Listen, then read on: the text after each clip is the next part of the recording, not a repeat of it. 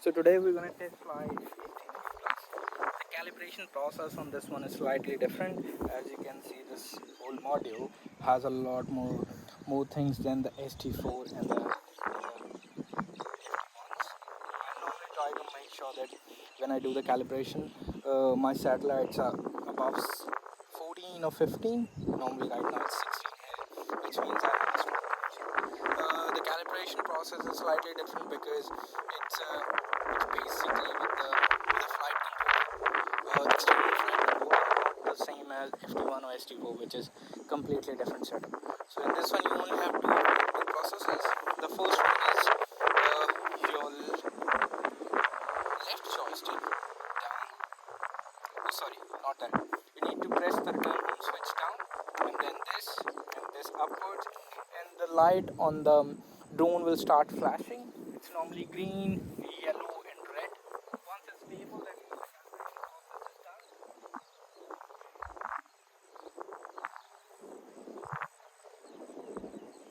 after holding it like this, if after flashing green, yellow, and red light, if the green light is slowly blinking, that means the calibration process has been completed. You put the return home switch off, switch off the controller, switch off the drone.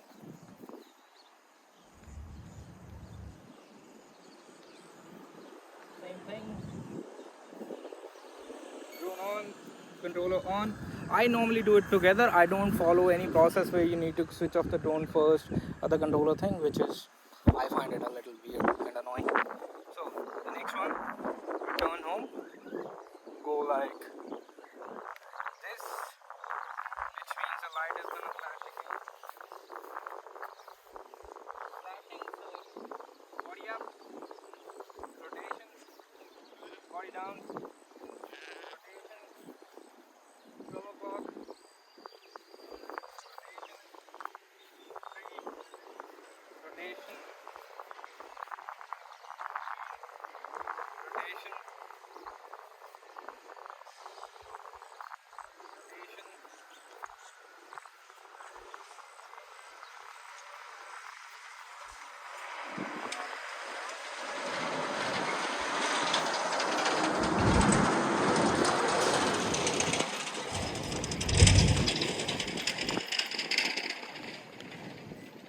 So the light is still flashing green and red.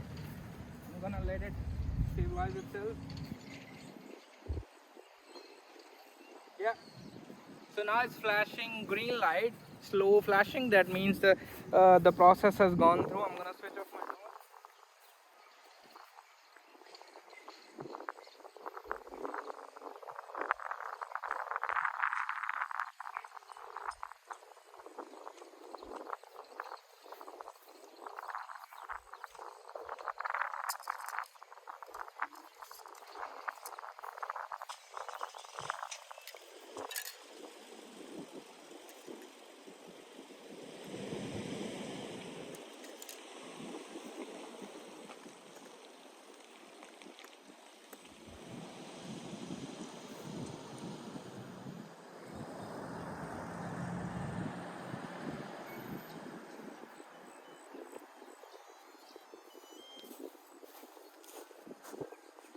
Now we're gonna test fly. The calibration process is gone through.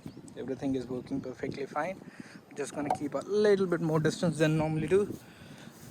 I just try to make sure that I'm in a safe distance, just in case if anything goes wrong. Mode is armed.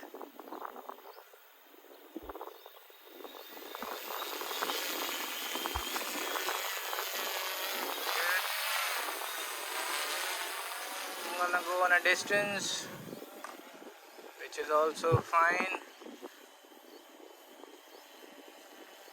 Yeah, it's good. Directionally it's good. It's stabilizing. I'm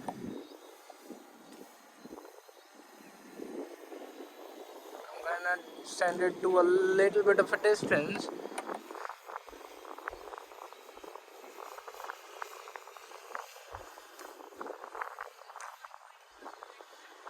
I'm gonna try a return home now.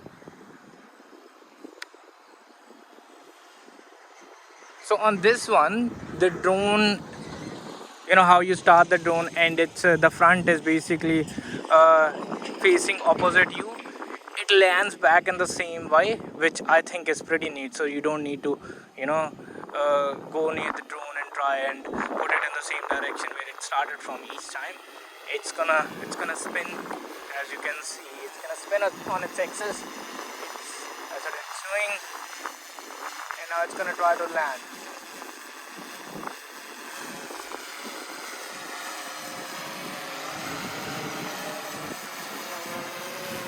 Which is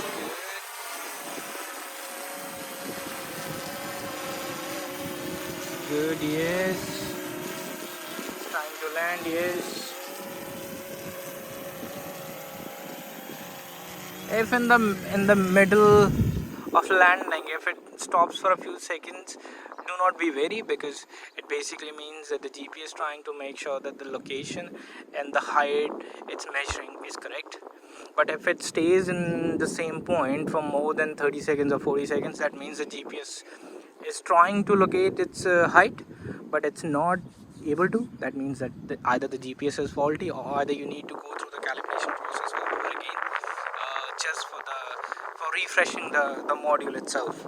And that's all for the SD3. It's the most easiest drone in terms of calibration, in terms of flying. The motors are not, it's not too powerful, but it's not too slow either. So that means that when it's flying, the acceleration may be slower than any other drone you may have seen of flown, but in terms of stability, in terms of returning home,